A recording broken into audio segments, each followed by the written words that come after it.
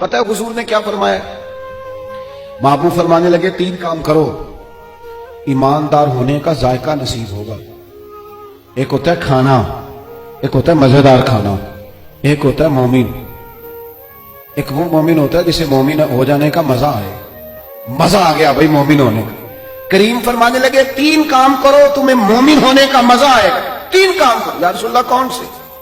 فرمایا ایک تو ہر چیز سے بڑھ کے اللہ رسول سے محبت کرو، پیار کرو رب رسول سے، پیار کرو۔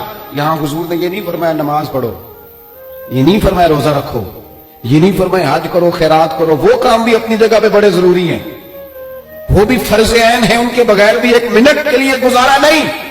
لیکن فرمایا اگر ان چیزوں کا مزہ لینا ہے نا، ادھر دیکھیے میری طرف، اگر ان چیزوں کا مزہ لینا ہے نا کہ نماز مزیدار ہو جائے، روزہ مزیدار ہو جائے، سخاوت مزیدار ہو جائے، حج مزیدار ہو جائے، فرمایا اگر چاہتے ہو مومن ہونے کا مزہ آئے تو ہر چیز سے بڑھ کے اللہ رسول سے محبت کرو۔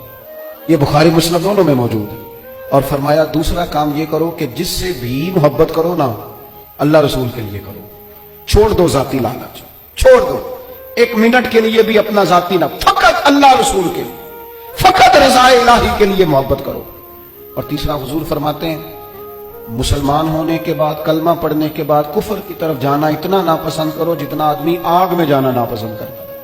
یہ تین کام کرو تمہیں مومن ہونے کا مزہ آئے۔